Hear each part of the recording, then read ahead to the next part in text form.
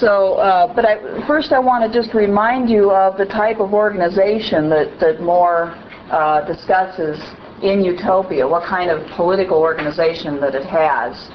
And it's somewhat Platonic, but not entirely, because Plato's best regime is one that's ruled by the wise, right?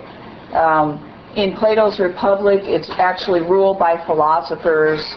And even in the Gorgias, the book that you read, the implication is that a rhetorician, a democratic rhetorician, is way down on Plato's list of leaders. He would prefer to have somebody who understands justice, as he says, and deals with people justly and thinks of the common good. Well, Thomas More's Utopia does have a prince for life.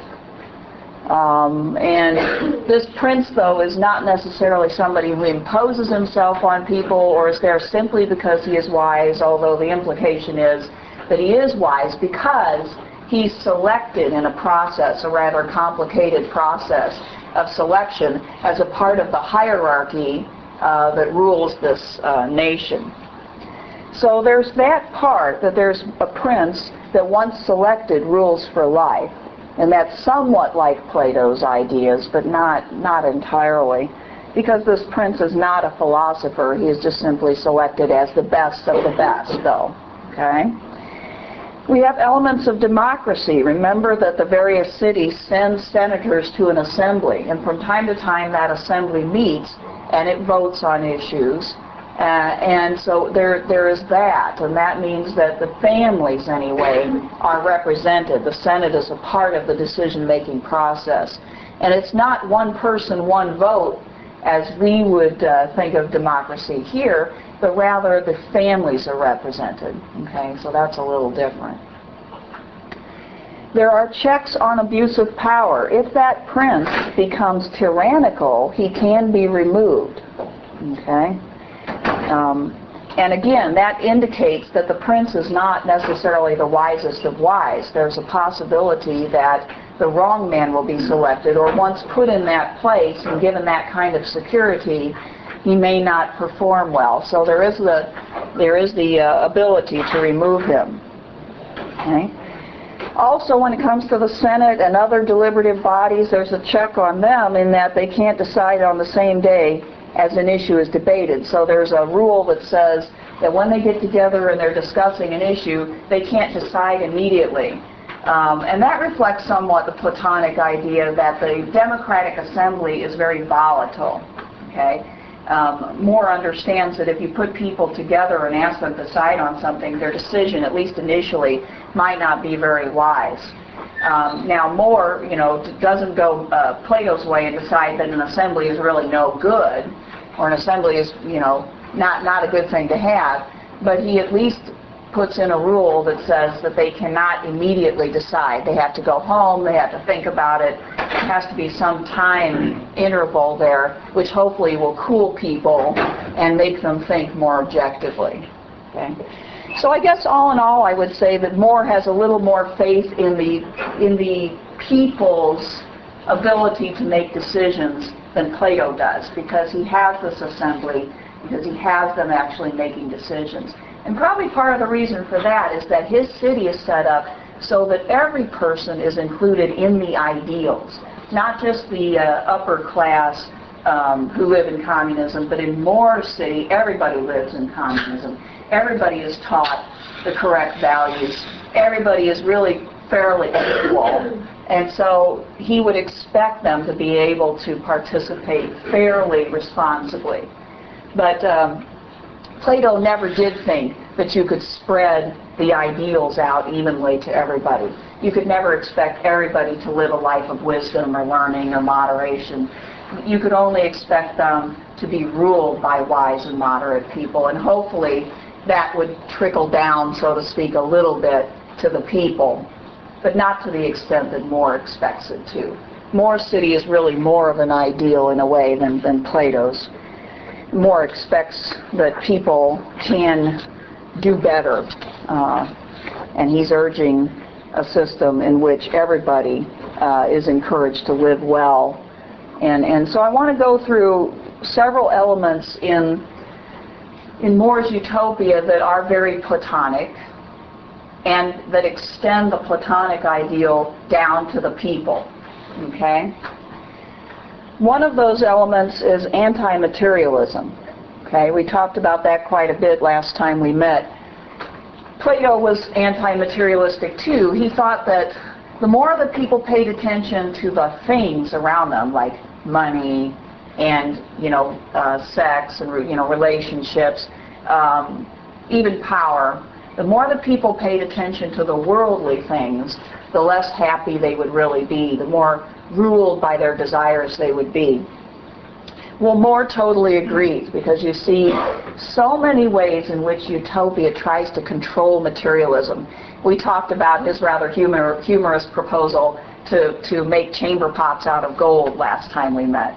That's just it's a very stark way of saying he wants people to realize the true value of things. Gold is just a metal to him, it's just a substance, and people go far astray when they attribute this great, quality to it and esteem it above human relationships and above the relationship with God, etc. So you see in Utopia that everything is geared to not wasting any item. Okay? They have plain clothes, and they all wear approximately the same thing. They all have rather plain and sturdy and useful houses. And they keep everything up. They don't, throw things out. They fix them. And all of that is designed to keep people from thinking so much about stuff, about material things. Okay? So Plato very much agrees with this, and I think that we can see there a lot of influence of Platonic philosophy on More, who is surely familiar with it. So there's that. And then there's this emphasis on learning as the chief pleasure. I think I said to you last week that More has a pretty unusual, for us, definition of reason or the rational life. Okay? Many of us do not necessarily leap to the conclusion that the scholarly way of life is the best life or the most rational life. Or it would be good to have a whole community of scholars. Okay? But Plato and More both see it that way. Okay? Plato believed that the contemplative life, the life of learning, the life of seeking justice in philosophy was the best life. Now, he didn't think that everybody could pursue it. Okay? And More seems to think that most people should be very much encouraged to pursue it, so there's a difference there. But they're very similar in what they consider to be best. Leisure is desirable for both because it can be used for learning. If you have extra time, and you hopefully do have extra time, then you will use it to enrich your mind. And in the process of enriching your mind, you will come to realize more and more what justice is. You will be a better person. Okay? There's a quote from Utopia, which you can find on page 53, which I put up here, that just reminds me so much of Plato. He has to have been a student of Plato. He has to have read The Republic and other Platonic dialogues, because he says this in so much the same way that Plato said. Even in the Gorgias, the book that you read, you remember Socrates makes the point that really the life of the pursuit of desires is painful. People think of it as pleasurable, but they're constantly in pain. If they weren't in pain, they wouldn't have the desires to do all the things that they want to do. More says on page 53, if any man imagines that there is a real happiness in these physical enjoyments, then he must confess that he would be the happiest of all men if he were to lead his life in perpetual hunger, thirst, and itching, and by consequence in perpetual eating, drinking, and scratching himself, which anyone may easily see would not only be a base but a miserable state of life. These are indeed the lowest of pleasures and the least pure, for we can never relish them but when they are mixed with contrary pains. And that is a term straight out of Plato and also out of Aristotle, his student, that idea of mixed pleasures. And both of them said that mixed pleasures, those pleasures that are mixed with pain, are inferior to the unmixed pleasures. And the most unmixed pleasure of all, of course, is the life of learning. There's no pain that comes with it, supposedly. It's entirely a pleasure, which is kind of an interesting argument. But, you know, he makes this out to be a life of almost like a pig, an animal, right? And in Plato's Republic, the first proposal for the city actually is called the city of pigs, because it's a city in which people just sort of enjoy the simple life, eating and drinking and sleeping and so forth.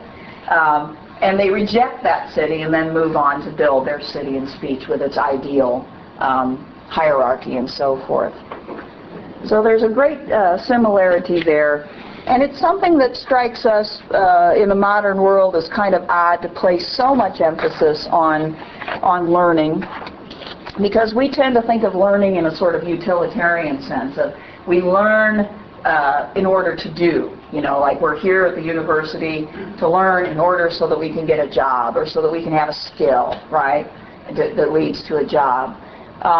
And the idea that learning is a sort of good in itself, and even the idea that it's the highest good, okay, is something that's kind of foreign to our sensibilities now. So it's an interesting perspective, and one that's a little hard to grasp, but it certainly is something that was believed not only at this time, but for a long, long time, up until the 20th century, even in European, you know, the European or Western system.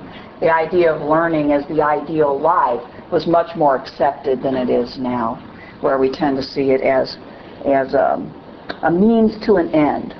Okay? All right. So there's that similarity between More and Plato. And there's also the regulation of the family. That's a theme in More's Utopia. And that makes us uncomfortable. You know, many of the proposals he makes, I would be very surprised if you liked them, you know. The idea that the family should be made up of 40 or so people and organized around a task, and that there should be a definite head of the family, and it's the oldest and wisest man. And the family, you know, is constructed around its usefulness to the community and not necessarily the blood or hereditary relations. Okay?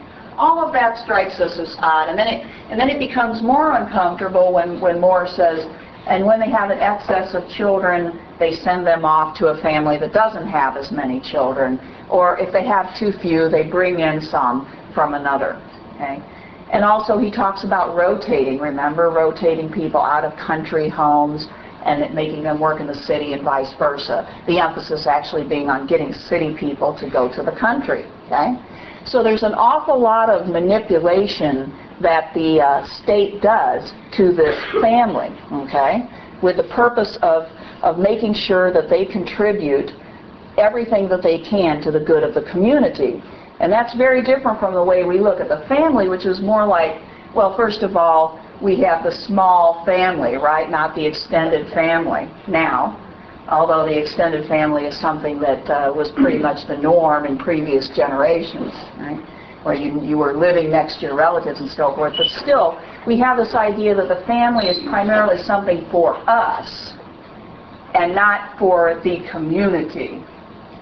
Okay? That the family is there for us, for our comfort, for our security, you know, to fulfill our needs. We don't organize our family or think of our family as primarily contribution to the state. And so that's very different. In Plato's Republic, the family at the top, at the very top in the ruling class, is obliterated. Okay? So there is no family. And so that's maybe even a little more radical. The state decides who will mate with whom and when. There is no permanent marriage. He talks about marriages, but the marriages are temporary, and they're basically arranged by the state to get ideal men and women together so that they can mate and produce supposedly or hopefully ideal offspring for the good of the state. He talks about how those offspring should then be raised in a communal daycare, so to speak. And then if some of those offspring are not good enough, they are to be exposed or killed. Okay?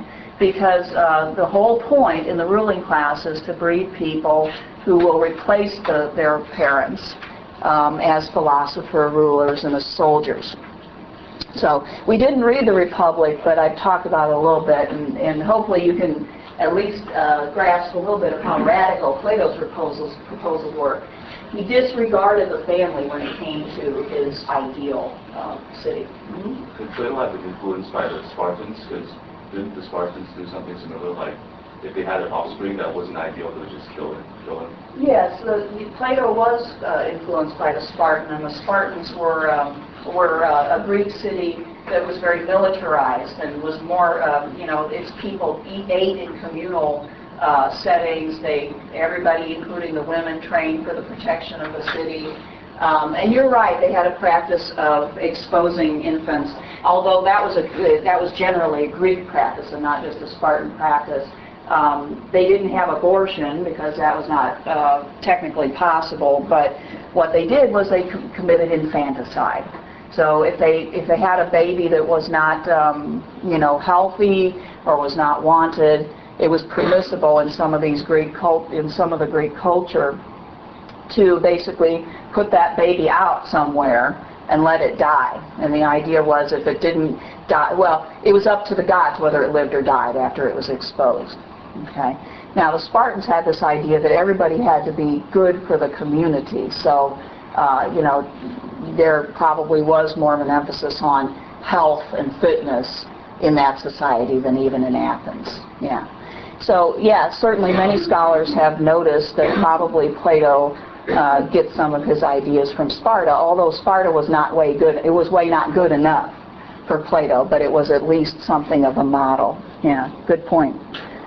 All right. Well, obviously there's not a 100% relationship between Plato and More here on the family, but there is this overarching theme of control of the family for the good of the state. Okay, with the idea that everybody should be contributing to the welfare of the whole, and there should be as little self-interest as possible, and that theme extending all the way down into the family. So these are some of the things that More proposes. All right, regulation of the family for the state. And then there's the role of women, and again, there's not a 100% correspondence between Plato and More, but there's some exploration in More about maybe dealing with women differently than his society did at his time. Okay? And Plato also explored this. Plato thought that it was foolish for half of the human race to be really way underutilized. Okay? And while he wasn't prepared to actually propose that Athenian women be incorporated into the political system 100%, he at least explored in the Republic what was the rationale for excluding women. What was the reason? He couldn't find a rational reason for why women were automatically excluded from political and military responsibilities simply because of their sex. And so, again, in his ruling class, in the leadership and in the soldiering class, he proposed that women should be included. That they should be included if they were fit, if they were able to serve. There was no reason why they shouldn't serve. And so he proposes philosopher kings and queens, for instance. And women who are fit and able should be able to participate in the military of that ideal republic. Well, More doesn't go that far. He's not that radical in exploring this, and he's not coming at it from the same angle. He's not asking the question, why do we totally exclude women? What's the real difference between men and women? Okay, he doesn't ask those kinds of questions. And in fact, he incorporates some of the very traditional beliefs of his society. The oldest man of every family is its head or its governor. And he quotes from the Bible, wives should serve their husbands. So he believes that the relationship between men and women should be not equal, but women should see themselves as helpers of their husbands. On the other hand, women are not excluded from business or from political or even defense responsibilities, and that seems to be more similar to Plato. He seems to be asking the question, do you really want to have half of your society be completely private? Okay? Just at home. Okay? Now, Plato was a little worried that if you did that, what you would get, and this is why the Spartans included women in their military and exercises and tried to make them ready for invasion anyway. If you just allowed them to be at home, but by the way, they weren't successful. But if you just had them at home, what would happen would be they would maybe manipulate the men. They would have very private interests. They would think only of their family and not of the greater good. And they would have a strong influence on their husbands to that effect. And then the unity of the city would break down. Okay? More seems to think in the same way that you have to involve them or else they can be a drain upon the unity of the community. Okay? They are a part of it and they need to be included. So they're responsible for having trades too. They have to work. Okay? They don't have communal raising of children. They raise their own children. But when they're not doing that, they need to work. They're also included in some political offices, but not at the highest levels. Okay? So there's a halfway measure. They need to be included, but on the other hand, more believes in male leadership as a principle, and so at the top, men predominate. And also, women are trained to fight in case of emergency. Okay? They're not expected to go out and help, with invasions or with, wars among neighbors, and they're not expected to be soldiers to that extent. But on the other hand, if that city is ever invaded, if it's ever under threat, women need to know what to do as well as men. They need to be prepared to protect their city, their nation. Okay? So they're involved in training to that extent. Okay?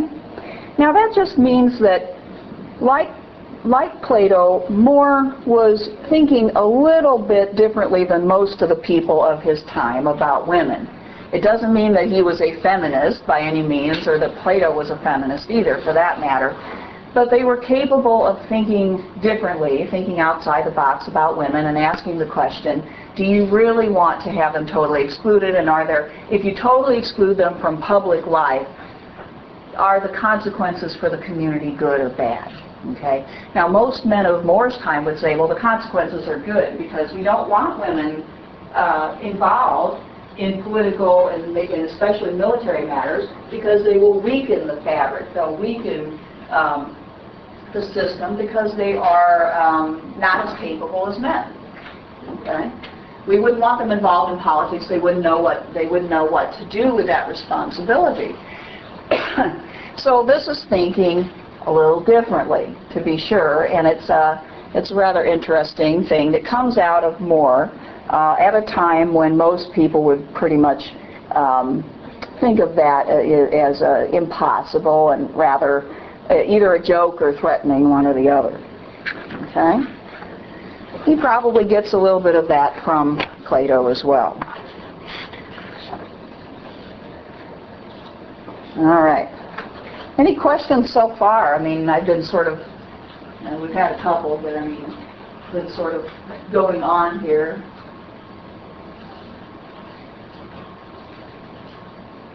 I find it interesting that not all, but many political philosophers did think about the role of women in a way different from most of the people of their society. And it's actually the buildup of those challenging thoughts that leads to women's emancipation.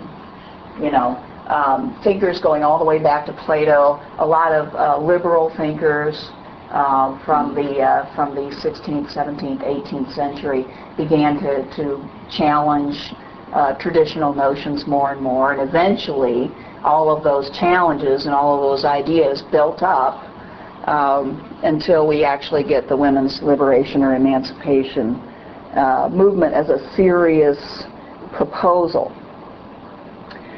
Okay, another Platonic similarity with Plato is More's treatment of religion and religious toleration. Now, in Utopia, as you probably noticed, there are multiple religions. And when Raphael comes to Utopia, there's no Christianity because they've never heard of Christianity yet.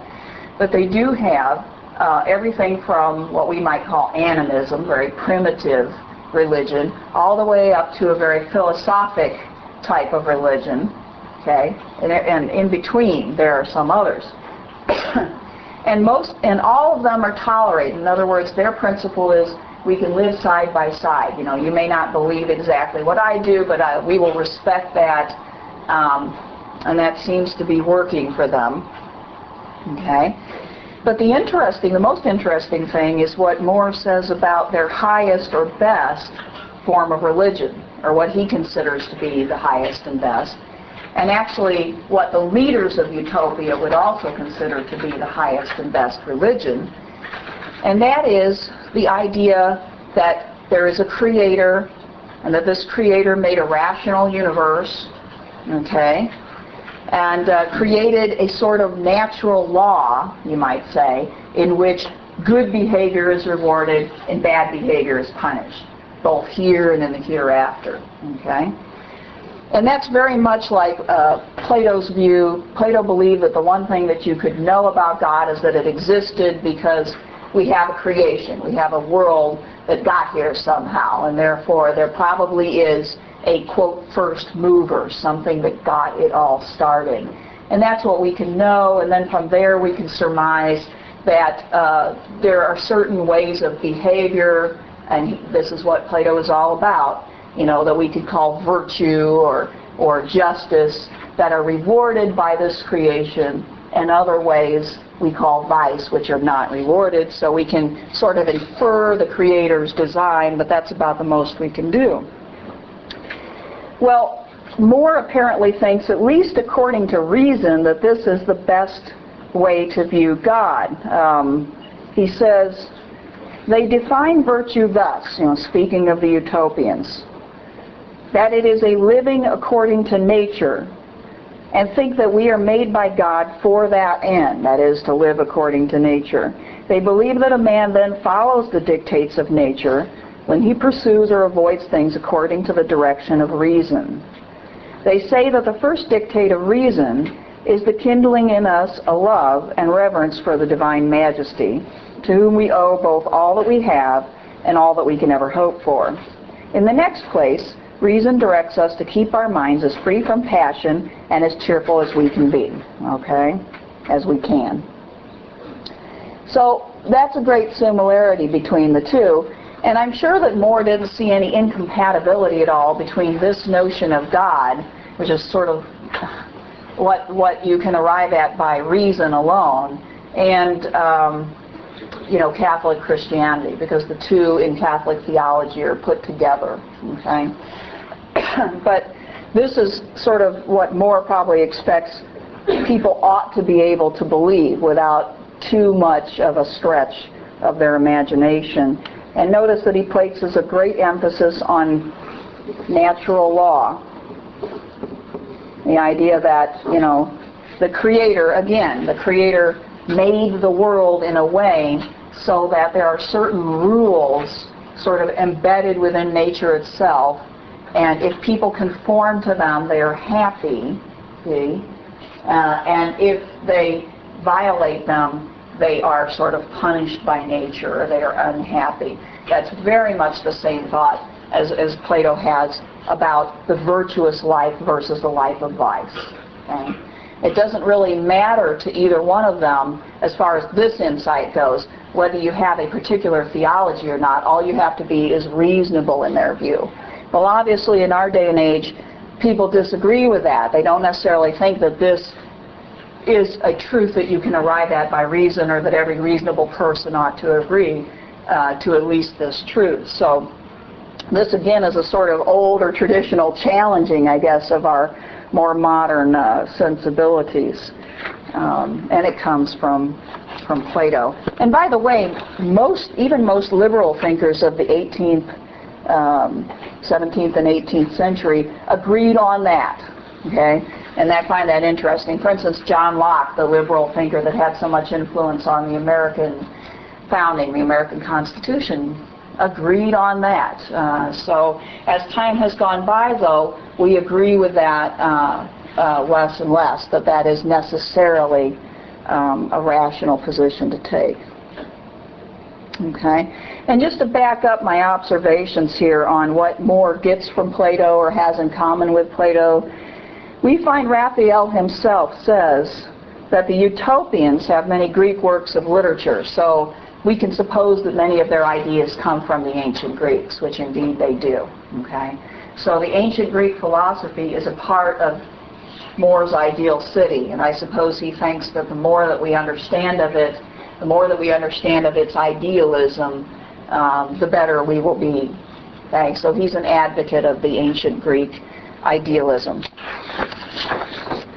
All right. So that's what they have in common. Now there's some themes that they do not have in common or may not have in common.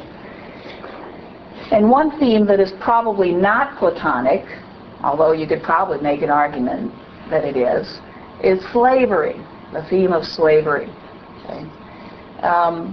What do you suppose Plato's position would be on slavery, just based on what you know from having read the Gorgias? Mm-hmm. Was it Plato that said tyranny abroad brings tyranny home? Yeah, right. That's very good. Plato's idea was that tyranny abroad brings tyranny at home. If you go and you enslave people, which is what the Athenians did, they went out and they conquered other people, enslaved them, and brought those slaves back to work for them.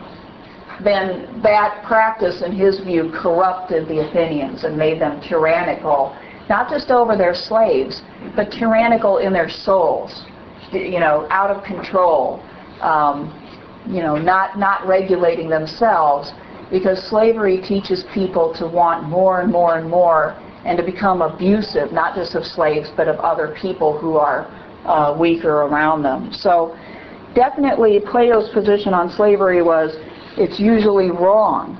And he condemned imperialism itself, just forcing others to Athens' will. Not necessarily just because it hurt others, but because in his view it hurt Athens, because it just raised the people's expectations and desires ever more. They came to the point where they would do any injustice in order to gain more power and more wealth. Okay? And of course you know that Plato thought, how could that be good for the people? Well, we have slaves in Utopia, lots and lots of them. And I'm sure as you were reading this, that came as kind of a surprise, because there's so much in Utopia that it may not sound like you'd want to live there, but at least you can see where it comes from a position of justice. You can see that the author wants to create a really just society, and yet here's all this slavery, and what's it doing here? Well, he talks about where they come from. The major place that they come from is the same place that they came from in ancient Greece, prisoners of war. He points out that when prisoners are taken in war, they are taken as slaves instead of killed, and see, that's a good. Fewer people are killed, but they become slaves, right? But not their children, and that was a difference between More's proposal and Greek practice anyway, because in Greek practice, whatever children they had also became slaves. Also, some of the slaves were criminals from Utopia, those who committed some crime in Utopia, rather than being killed or rather than being thrown into prison, were made slaves. And I remember the video that we viewed last week pointed out that at least this made them useful, right? That they were useful for society. There was also the possibility of these people being emancipated if there was a true change in their heart. And then, ironically, some of the slaves come from other nations voluntarily. And that's something that never happened, you know, for the most part would never happen in any real system. You would never have people volunteering for slavery, okay? And yet he says there are poor from other countries that are, you know, on the mainland near Utopia, and they actually asked to come to Utopia and work as slaves. Okay, now, why would anybody do that? What do you think Moore's trying to say when he mentions this route? The life of a slave in Utopia is not better than life in poverty. Yeah, that's exactly right. You know, why else would people come there? They have a worse life in poverty in their country than they had as a slave in Utopia, because at least in Utopia they get enough to eat. They're not worked harshly. It doesn't sound like that they're treated badly, except for that they're slaves. Obviously they're captives, but they're not abused extensively, okay? And it's probably meant to be a great irony on his part, you know, for you to think about that people would rather be slaves than live as the poor in England, for instance, right? Because after all, in a way, they are worse slaves there. Many of them, as I mentioned before, many of the women were prostitutes. Well, that's a form of slavery. Men were forced into begging or forced into thieving, right? Or crime. Well, that's a form of slavery. So I think he wants us to think about, well, what is slavery really, and what is the worst way of life that you can possibly have? It's probably the life that a lot of these poor people are living, where they feel entirely trapped, completely disregarded by people who have more around them.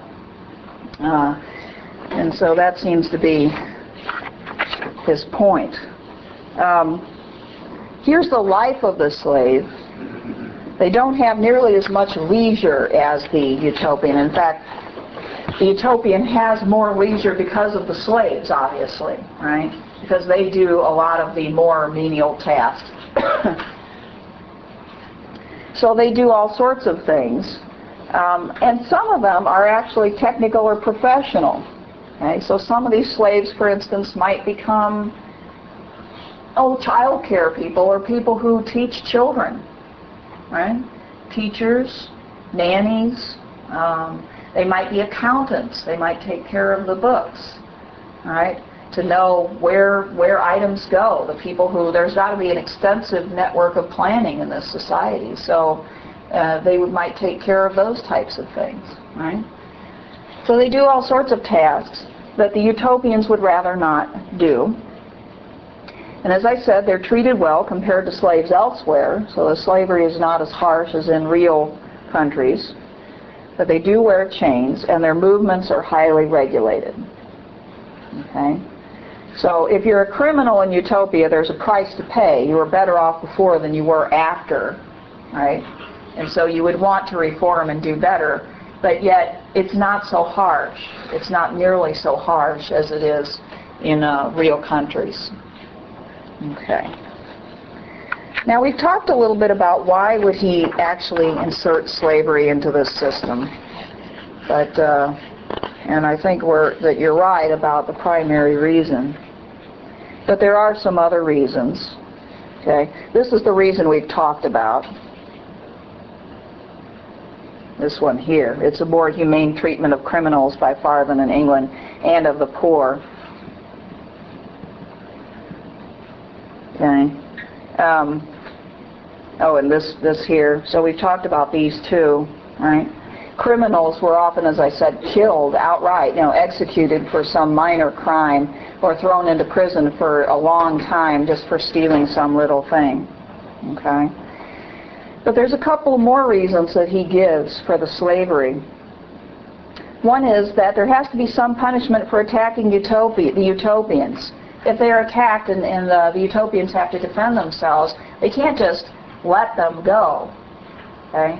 Or there would be no price to pay, because the Utopians don't want to take their land or their money. They don't need either one. So they're not going to inflict the normal penalty for invasion or for attack. Really, the only thing that they can do is take these prisoners, okay? So they make the attacker pay a price. And also, the slavery does provide more leisure for learning, and learning is such a high goal or such a high value in Utopia that as long as it's done in this way, it may be worth doing, in his view. Okay? Now, I must say, this whole theme of slavery is very troubling to people, though, because, to condone it at all is a moral problem, okay? To condone it in any way, even in this very different way, in a way that's very different from actual existing practice, is still to leave open the door to the idea, okay, that there might be such a thing as just or acceptable slavery. And so more can be criticized on this basis. Now, obviously, his main goal is to just sort of say, look, this type of slavery is actually better than most people had it here in England. Okay, that really is his main purpose, I think. But the very fact that he deals with it in this way can certainly be criticized as leaving open the door to others to say, well, maybe there is an acceptable form of, using other people for your purposes. Okay? And from a moral standpoint, it is never right. I mean, one of the cardinal sins of all religions and of all moral philosophies is using other people for your purposes, or using them as a means to an end. Mm-hmm. Well, I don't think that most Americans can really, comment on this, because how many foreign workers coming and work for, like a wage slave job, pretty much. Mm-hmm. Mm-hmm. We have people who come to this country and work for very little money, foreign workers or illegal immigrants, legal and illegal immigrants. And we also, of course, use foreign labor that is oftentimes very low paid as well. Okay, so his point is, how can we really comment on this or condemn it, since even today we may not have slavery, but we still, our nation, not us necessarily, but we abuse people in this way. Some of us do anyway. Okay. Well, does anybody else have any comment or anything to say to that? It's an interesting observation. Slavery outright is abolished, but yet whenever people treat others, by basically using them as much as possible for as little as you can possibly give them, you might be able to criticize that as being as abusive, or at least along the same lines of using people as tools. Okay, so then you can take that all the way and actually deal with the whole capitalist system in that way too. And some people have, because it all boils down to paying people what they will take in order to do the job that you want them to do. Okay. Interesting comment. There's another theme in the Utopia that is not Platonic, and that's marriage. In More's Utopia, marriage is for life. It's monogamous and for life. And at least in Plato's Republic, in those upper classes, as I said before, it's not. Even marriage is regulated by the state. But in Utopia, it's not. Two people can be attracted to each other. Marriage is not planned. Okay. In fact, one of the differences, the few differences that the state allows, is that married and unmarried people can dress somewhat differently, so that the unmarried people can spot each other, and in that way find each other and eventually propose marriage. So it is a free thing, based upon attraction and not just upon the demands of the state and the planning of the state. And no doubt this, as you know, More, just based on what he thought of Henry VIII's divorce and what the church thought of marriage, it shouldn't come as any surprise that he would not follow Plato down the road of multiple liaisons for the purposes of producing children, that he would stick to the idea of a permanent marriage. Also, he goes so far as to actually propose that physical considerations between men and women are important enough that each partner should see the other naked before agreeing to marry. Now, isn't that a challenging idea? I mean, this is not something that most, good people of More's day would propose. They might think it, but propose openly. One sense is that he has a little sense of humor here, since he may think that sometimes people get tricked or fooled by their potential mates and don't really know what they're getting until the wedding night. But it also, indicates that More thought that there was a place for physicality, a legitimate place here in marriage. Okay, he wasn't such a brainiac. He wasn't so concentrated upon reason alone that he couldn't acknowledge that the attraction between man and woman is at least partly physical, and that is okay. Okay, so it's kind of an interesting little detail here. He says that the utopians consider anything less than full disclosure absurd.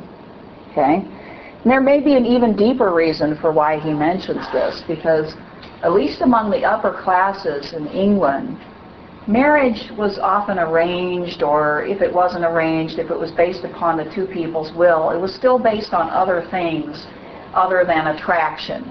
Okay, it was lots of times based on what family you wanted to be associated with, or how much money could come together in the marriage to protect the wealth of families. So lots of times it wasn't just about love. And strangely enough, in Utopia, it's more about the love and attraction of two people than it is. It's not about anything else, okay? Because there is no property, there's no inheritance, there's no other reason. A woman could remain single for life in Utopia too, and be able to survive quite well. But in England, if a woman did not marry, she was going to definitely be poor lots of times, or if not poor, on the outskirts of society, not accepted, not incorporated. Okay? So marriage was really important for women because it was the only way to be secure and the only way to be accepted in More's England. But, in More's England, but not in Utopia, where it's really about, having a relationship. He discusses divorce, More does, and he says that in Utopia, divorce is only allowed if adultery happens, or if there's insufferable perverseness on the part of one of the partners. And he doesn't really describe exactly what this means, but if the person is not at all faithful, that would be adultery, right? If the person is abusive, I would assume that would be one of the things that insufferable perverseness would include. And there may be other things, abusive, not just physically, but maybe even mentally or constantly, not being a husband or a wife for the other might be enough. But there has to be reasons given, and in our society we have no-fault divorce, right? You can choose to get divorced. You don't have to give a reason, okay? And if both parties agree. But in this society, More's Utopia, you have to give reasons, and then somebody else decides whether it's a good enough reason for you to get a divorce. Okay? So it would be much harder to get, and you would have to prove one of these two. It wouldn't just be enough to say, well, I'm not interested anymore, or I'd rather be with this other person. Okay? He points out that there's no divorce will be allowed for illness or disfigurement. And I suppose that then, as now, this was and is a major reason for divorce. Unfortunately, when people become ill or when they're injured and handicapped in some way, that's a major cause of divorce. Okay? I found this out when my husband got a kidney transplant a few years back, and I started to read all out of literature about the lives of people with transplants, and it said something like half of the people who are married that get transplants get divorced. Okay? And then I started reading more, and I realized that it really is the case that when people have major health crises, this can be a cause of divorce because the other partner feels like they did not marry in order to deal with the problem that they now have. Okay, which is that's a scary thing for everybody, I suppose. So he will not allow that. I mean, if your spouse gets sick or is handicapped, you're stuck with your spouse, right, in Utopia. Divorce is ultimately granted by the Senate, so you can get a feel for just how difficult this is and how rare it probably is. Now again, from our perspective, this is really oppressive, I think, you know. I mean, to have to plead all the way up to the Senate might be something like having to go to at least the federal court, you know, with your divorce and make all sorts of, you know, arguments about why you need to be divorced. And this is something that we don't, for a lot of reasons, we don't accept anymore. So again, it's a challenging proposal. Okay, any questions about marriage or divorce in Moore's Utopia? Many women will say, well, that's not much of a utopia if I can't get a divorce if I want to, right? But and men too. But you know, women have kind of associated with that with the ability to be free, you know. So it's in some ways a very modernist type of vision, in other ways very traditional. Now, when it comes to discussing Christianity, Raphael says that when he and his shipmates came to Utopia, they started to talk about the Christian religion, okay? And they would have all been Catholics, or at least that's what's implied. And as they're talking about Christianity to these people, they do make some converts. Some people decide that they will want to be Christians, okay? But he says that they cannot receive the sacraments because there's no priest. So apparently they couldn't receive communion. Although somebody pointed out to me last time, in the last class that I taught this, that in extreme emergencies that's not necessarily so. But I actually don't know for sure whether that's true or not. But anyway, this is what Moore writes, is that, you know, these poor people converted Christianity, but no one could give them the sacraments. Now, for his message, the important thing is, according to Raphael, those who converted to Christianity were not treated badly by their fellow citizens. It wasn't resented that they became Christians. Okay? They were accepted as they accepted any of these other religions. Okay? But there was one person who began to condemn people if they were not Christians. In other words, he began to say, if you don't convert to Christianity, you will be going to hell. Your soul will be condemned. And this particular message was greeted with hostility by the Utopians. Okay? He actually was banned from Utopia, okay, because he began to make this message to people. Now, do you think the Utopians have violated their own principle of toleration when they decide they don't want to hear this message? Or is this a reasonable position for them to take, that maybe this is the one message that they don't want in Utopia, that if you don't agree with a particular religion, you will be condemned? Is that a reasonable thing for them to do, you think, according to their own principles? Yeah? Okay. How many of you would agree that they took the reasonable position to say, no, we don't want you because of this message? Yeah? Okay. How many of you would say that, no, they were unreasonable, they weren't sticking with their principles? Well, there's a lot of people who don't have an opinion, but it looks like it's about even of the people who do have an opinion.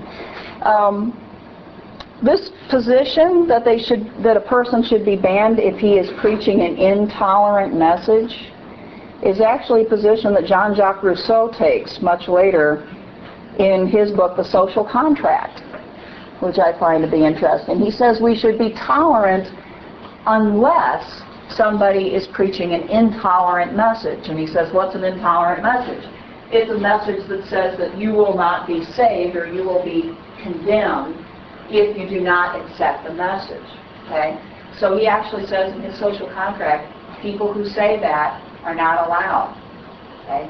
And this has been a controversial suggestion, because other people will say, well, what is toleration if it isn't even putting up with people who say those kinds of things? Okay? What is toleration if you can't tolerate a fairly negative statement? Okay? In our country, how do we define it? Well, the courts have defined it even up to that extent. In other words, yes, you can say that everybody is going to hell if they don't convert to Christianity, or whatever you want to say, okay? And as long as you're not forcing somebody, okay, to do something, you have to be tolerated, okay? Because the idea is if we do not tolerate those negative messages, even, for instance, Nazis or communists, right, that we won't be free to say what we want to say. So I guess what I'm saying is More's version of toleration is not as complete as ours. Okay? And More's version of toleration is more about holding the community together than ours. Our version is not, its emphasis is not on holding the community together, it is on keeping people free. Okay? Our emphasis is on keeping the individual free so that he or she can say whatever he wants to as long as it doesn't directly harm another. Right? Their version is on keeping the community whole. And if you really want to keep the community whole, have a strong unity, you cannot accept people who say something that challenging to most people's beliefs. Okay? So there's a difference there in how far the toleration goes. Okay. Now, what do you suppose More's intentions are for bringing up this man who goes about warning other people of damnation? Well, there's probably lots of potential reasons why More would bring this up. He may not like this approach to converting people. I mean, that's probably one of the possibilities, a strong possibility. Okay? At different points in time, religions, not just Christianity, but many religions, have attempted to use force to make people to convert, or have threatened them, as this man did in Utopia, with damnation. Perhaps More doesn't like or doesn't think that method of convincing people is a useful one. Obviously, he was a devout Christian, so he's not condemning Christianity. He can't do that. But he may be criticizing a particular method of, converting people. Okay? And he may indeed be saying that threats are not as effective as a positive message.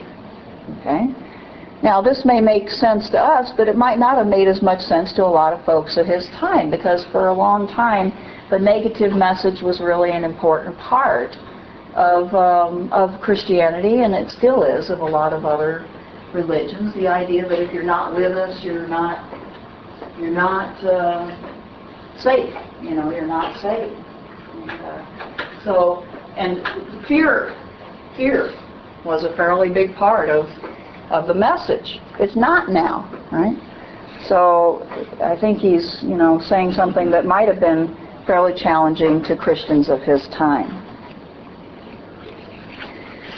Okay. Now, just to compare More to Marx for a second, we see that More, outside of this sort of threatening type of religion, is pretty positive about all religion. Okay? I'm sure he prefers Christianity, but he seems to think that religion in general is a good thing, and that Utopia has a lot of people who are religious in one way or the other, and a lot of their thought is focused upon religion and its questions and truths. Okay? But for Marx, religion is the, quote, opiate of the masses. And we're going to learn quite a bit pretty soon about what Marx thought about religion. But what that means is that, in a nutshell, is that Marx believed that it was really almost entirely a negative thing. It had a negative effect upon people. Marx didn't believe there was any truth in it. And he thought that religion had a way of turning people's attention away from real things that they could change towards something that was not real, that could become an excuse for accepting their lot in life, the way things were. So Marx saw religion as a sort of illusion, and a harmful illusion that could keep people from taking action to improve their lives. and just make them accept the injustices in life. Marx also thought that religion would cease to exist after capitalism. So when communism emerged, Marx didn't believe there would be any more reason for religion. And obviously More sees the two as entirely compatible. You have communist society that is very deeply religious as well. But Marx didn't think you'd need it, okay? Because if you had solved human problems through communism, then there would be no reason for you to believe in things, to comfort yourself, and to have a otherworldly justice. If you had this worldly justice, you wouldn't need it, okay? So he just simply said it would wither away, it would cease to exist. All right? Marx was an atheist. There's a huge contrast there. And don't you find it interesting that you have two men who both believe that communism would be the ideal way to live, but one is deeply religious and the other is an atheist. Okay? So obviously communism doesn't always come from the same source. So as we get into Marx, we'll be looking more and more at that.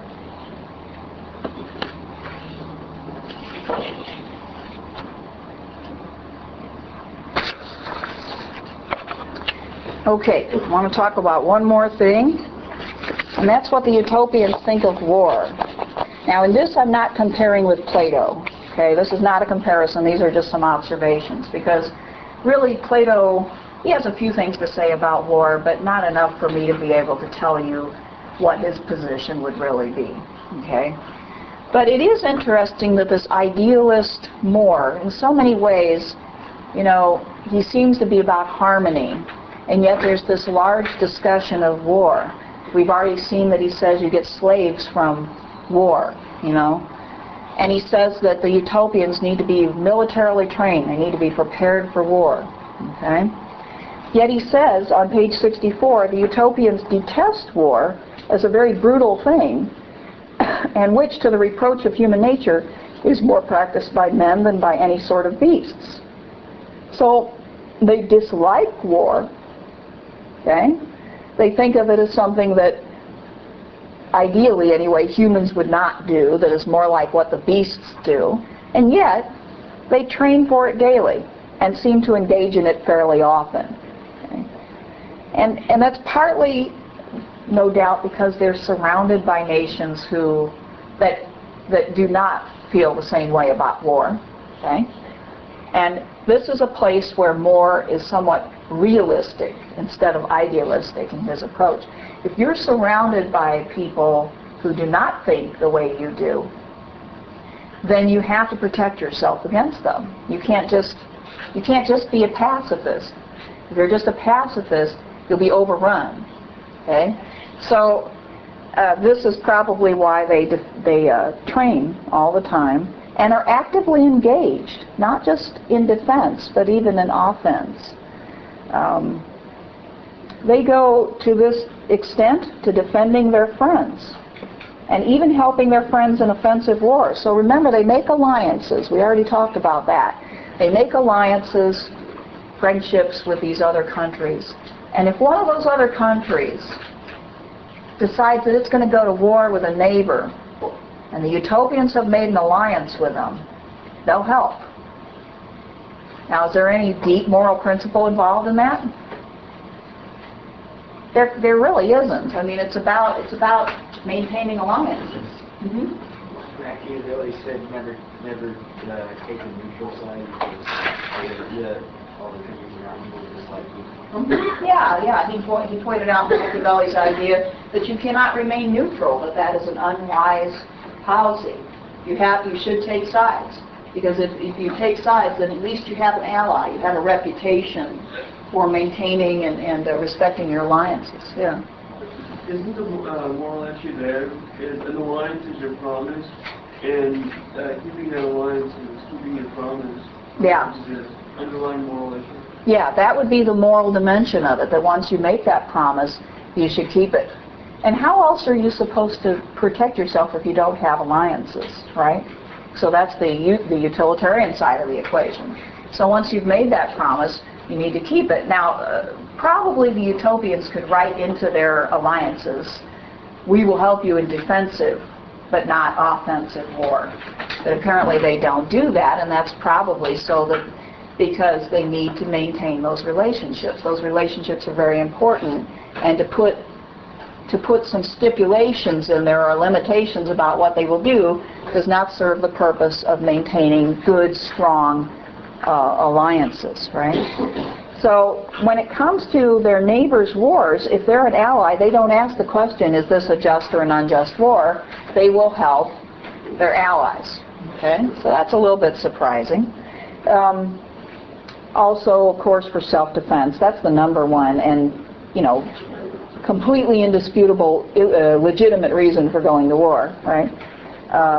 To avenge the loss of any citizen abroad. So anytime a country does something to one of your citizens, if one of your citizens gets executed in another country for doing something, you think it's unjust, you have the right to attack in order to punish that action.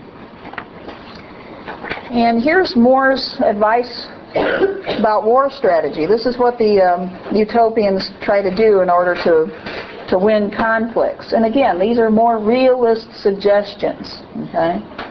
Here's another area where realism comes into More's philosophy.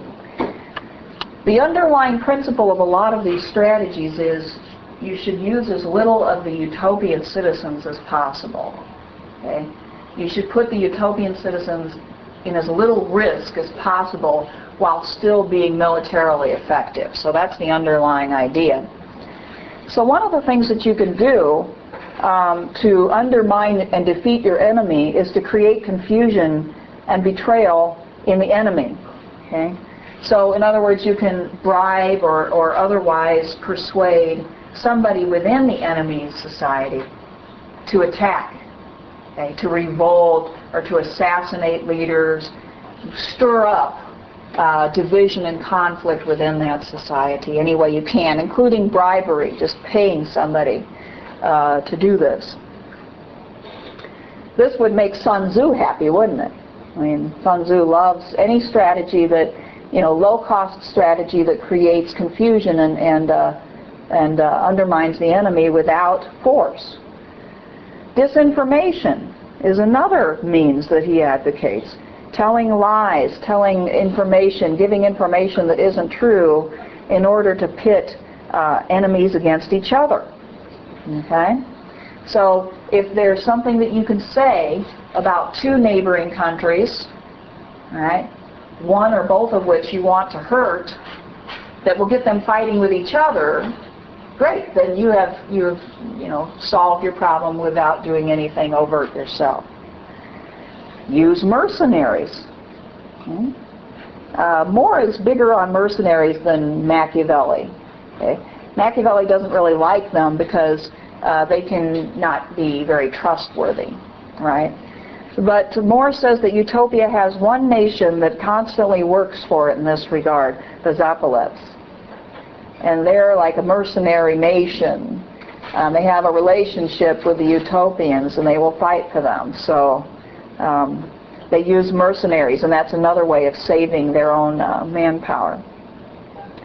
They use their friends as auxiliaries, so he also recognizes this. Those alliances go both ways. And if they can borrow troops from other countries and use them for their conflicts, the more of them they can use, the better. All right? So he says they use their own people only as a last resort in self-defense. And they try to stick by this set of rules: kill as few enemies as possible and never lay waste the country, because these two things create lasting hatreds. Okay? And besides, as I said before, they really don't need to do anything to the enemy country. They really don't care. But they still need to make them pay a price, so they use enslavement. Okay? And in this way, they hope that they will create as few enemies as possible by not being overly harsh with how that they actually deal with their enemies. All right? I just find that to be unusual, coming from such an idealist. You might expect More to say that they're so isolated. After all, they're physically isolated, that they don't have to have alliances, and that that's good. Or that they just don't have to worry about invasion at all. Okay? But he doesn't. That's very much a part of their existence, the need to defend themselves, the need to be involved at that level internationally, and yet somehow to maintain their cohesion and their way of life, which is so unusual. Okay? So More has a little bit of realism in his advice after all, but not all that much. Okay. Well, I don't have time for that video, so I'll try to show you a little bit of that next week, or Thursday. I'll see you then.